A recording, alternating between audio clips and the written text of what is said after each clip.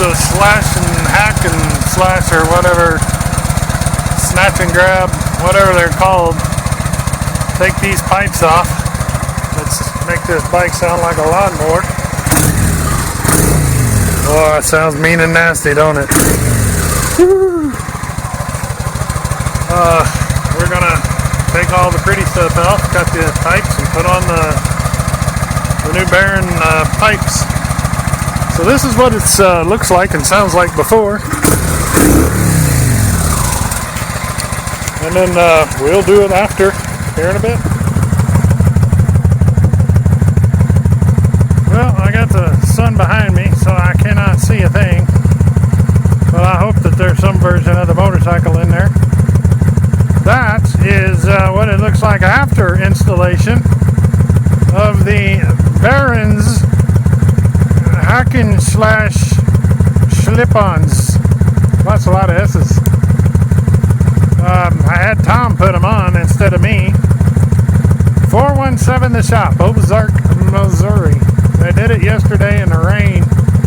I hauled it down there and they did that and put new tires on it. But well, I got these because I just didn't like the lawnmower sound that it had beforehand. So now it sounds a little bit different. Woo, much better. Lawnmower. Oh, it sounds mean and nasty, don't it? Woo.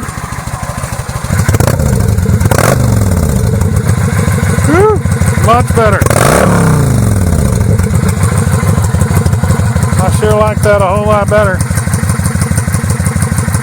A whole lot better, man.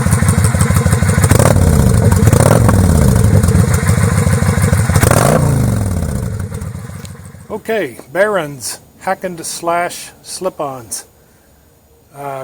This is what it looks like after the fact. I did not put these on. Tom put them on, and I really like them. The reason I didn't put them on is because I couldn't find anything online showing me how to put them on. Kind of like me and a few other videos that I found online. Here's what it sounds like before. Here's what it sounds like after. Okay, I'll buy that, and I like the sound after. It's the middle part that it just held me up. Gosh, I remember 20 years ago probably, I walked in the house one afternoon with a screwdriver, and I walked past my daughter who was sitting on the couch, and she looked and said, "What are you going to do?" I am not Tim the Tool Man. I don't do much of that stuff, and even what I do, I don't do very well. Had I seen somebody doing this or showing me, what to do, I might have tackled it. But without that, I wasn't willing to do it myself. I was not opposed to slip-ons at all. I had looked and tried to find all kinds of versions, and as it turns out, from what I found, this is not an option, it is the option. This is a Kawasaki Vulcan 900. This one's an 06. And from what I could find, 06 up to either 12, 13, or 14, all of them were the same exhaust. But Baron's is the only one that makes a slip-on. Now, I may be wrong, but that's all I found. And I even had a guy looking through catalogs. Vance and Hines, Cobra, nobody seemed to make them. And I just didn't want to... I didn't want to go with a full exhaust on this bike. I would have probably ended up having to put a fuel commander on it. I've already had one of those on another bike. It failed. I didn't want to go through that. These are a good bit cheaper. That had something to do with it also. Also like the looks of these. They look pretty much to me just like the regular stock pipes. As far as width this big around. Well, here, I got Cobra pipes on the other bike. They are this big. The other ones are this big. Now this bike, I like the Cobra pipes, but this bike is not set up like the other bike. It's got a solo seat on it. I took the the back part off, no pinion seat, so I don't have a backrest on the back. It's set up different. It's the exact same bike. This one's an '08, the other one's the blue one's an '06, but they're the same bike. The other one though is just set up different, and the way that it's set up with the pinion seat on it, it's got the backrest on it, saddlebags, engine guards up on the front. It looks bigger. And I thought, well, I think I like these pipes because they look bigger. And I like that. I just did not like the sound of the stock pipes on there. So the installation part, I had actually intended to videotape it while it was being done. And there were an awful lot of people there. And I thought, I don't think I want to be asking everybody permission. And if I don't, maybe somebody gets irritated. And it's not like there's going to be 4 million people watch the video in the first place. Just somebody that's maybe looking for some instructions. So I couldn't find any. And this won't show you how it's done, but it'll give you a good enough idea. This down here is the aftermath. That's the stock pipes that used to be on the bike. The biggest reason I didn't want to tackle this is because the instructions, although they were one page, the instructions said take the heat shield off, measure from the center of this bolt, a certain direction, a certain length on both pipes, and then cut it. Okay, fine. What's a heat shield? I didn't know. I didn't realize. I actually thought this little piece, which is really hard to see because it's chrome and really bright light out, there's this little piece on the outside, and I thought that was the heat shield, and I couldn't find a little piece like that on this pipe up here. Well, I didn't realize this whole thing right here, all the way to this crease right here, that's the heat shield, and on this pipe, that's the heat shield all the way up. This does not go all the way around, and that's not the pipe. The exhaust pipe's back behind here, and I didn't know that. And I was thinking, well, okay, if I go from a bolt back here, measure this direction, and then cut it, well, the slip-on's going to slip on inside there. So what I'm going to see is what's left over after I cut it. So what's it going to look like? Well, it's going to look like I cut it. Well, this is not what you're going to cut. So, taking the heat shield off. On this front one, I don't know what you call that, but anyway, down here, you can probably see that one little bolt or screw right there. That screw, and there's one that is right here, but you reach it on the bottom underneath side.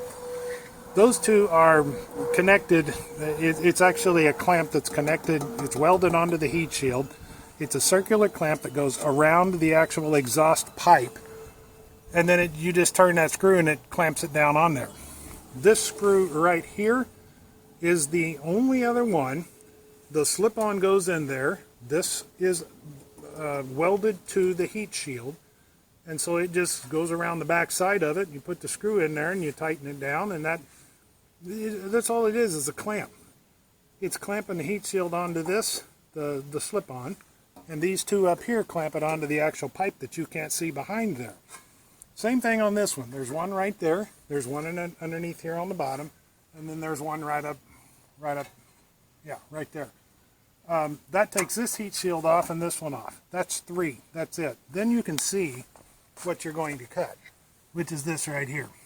It's ugly, and after you cut it, it's ugly, and it doesn't matter because it goes behind all this other stuff that is pretty. This part here used to be this part here that's inside there. The cut was back in here. This cut was back in here. It doesn't matter whether you bite it off or something. It doesn't matter what it looks like when you cut it. You'll never see it. I've got a video, if I can find it, of the actual when I took the Baron's pipes, the mufflers out of the box. And they're gray big here, but they taper down to about this big around, and there's a clamp, and that clamps it onto there. So as far as the installation, heat shield off. 1, 2, 3 screws that you undo. 1, 2, 3 screws. That gets the heat shields off. There's a bolt that goes in the center of this hole here, and this one's got one over here. We ended up taking the pipes off first because we were installing tires that Tom was installing tires at the same time. The bolt to get the tire off is way back in there, and it's really hard to get to with the pipes on, and we were going to take the pipes off anyway. So he just pulled the pipes off, changed the rear tire, and then we started on this. So since this was off, instead of measuring from the center of the bolt that direction and from the center of the bolt that direction, we measured from the center of the hole that direction. Same on this other one down here. It's same difference. You measure it, you cut it. No big deal. And then after it was cut, you put them on. This part here on this part here, the part that tapers down, that's what actually clamps. It's got one of those circular things that wraps around there with this screw that's the clamps in the box, comes with the mufflers. This goes in there, clamps it on there, and then you put the bolts back up here. There's only these 2 bolts down here, and then there's 2 bolts up here, and there's 2 bolts right here. These 2 and those 2, plus the 4 back there, is all that's required to take off the entire exhaust system. You got 3 screws per heat shield. There was nothing to it. It took him about an hour. And after watching that and seeing the aftermath of what, okay, well, if that's what I cut, what's it going to look like? Who cares? You never see it. I think I would have done this myself. It might have taken me 3 days. I paid him for an hour, and I just stood around and grinned. You know, there was nothing to it. Well worth it, though. Gosh, I spent, what, an hour's worth of labor, and I think the pipes were $271, maybe, something like $270. Compared to a full exhaust, possibility of having to get a fuel commander, or likelihood anyway. I think these look great. You can tell these here, by the way, they're lined up with these brackets here are lined up with the back side where the brackets are in the back and where the holes are. Look at the difference in length. The stock pipes are noticeably longer. I don't think I knew that. Well, when they were installing them, one of the other guys standing there, and he said, those new ones are shorter. And I thought, well, okay, whatever. They look great. I didn't even know they were shorter, but they are substantially shorter. But I don't think that I care. To me, they look great. But that middle part, I mean, obviously this isn't, you know, turning screws and showing you what it likes to cut, but maybe, you know, you see what the heat shield is and how little it is to take those off, what few there are to take the actual exhaust off. Maybe there was something that he did that I didn't see that was, you know, you had to be a mechanic to do, but I don't think so. I think I would have done this myself had I had some way to see what's it going to take to do this. And as it ended up, not much at all. For the difference in cost and the difference in sound, man, the sound is, wow. As far as loud, everybody's idea of loud is different. I don't think that they're loud. In fact, the Cobra pipes on the other bike may be louder. These are not a menace. I think they're enough to get somebody's attention when I'm at an intersection. I don't agree with loud pipes save lives, but I think loud pipes will get somebody who is looking my direction. You know, I use my throttle as a horn a lot. And I've seen people's eyes before. They're looking my way, but they don't see me. And then I rev the bike while I'm sitting at the light, and all of a sudden their head moves just a tad, and they focus. And like, oh yeah, there is a guy right there on a bike. It's not a car. And they actually saw me. They were looking. They just didn't see me until they heard me. And I guess I feel safer. That's not why I bought them. I bought them because I didn't want the bike that I think looks nice to sound like a lawnmower. And boy, this doesn't. I really like the sound. So maybe if you want to tackle it yourself, that'll give you some information you didn't have. Then again, maybe you can find something online that's better than that in the actual installation. I just couldn't find it. So I don't know. Have at it. That sounds like a motorcycle. Man, what a difference. Whew, I like it. I like it a lot.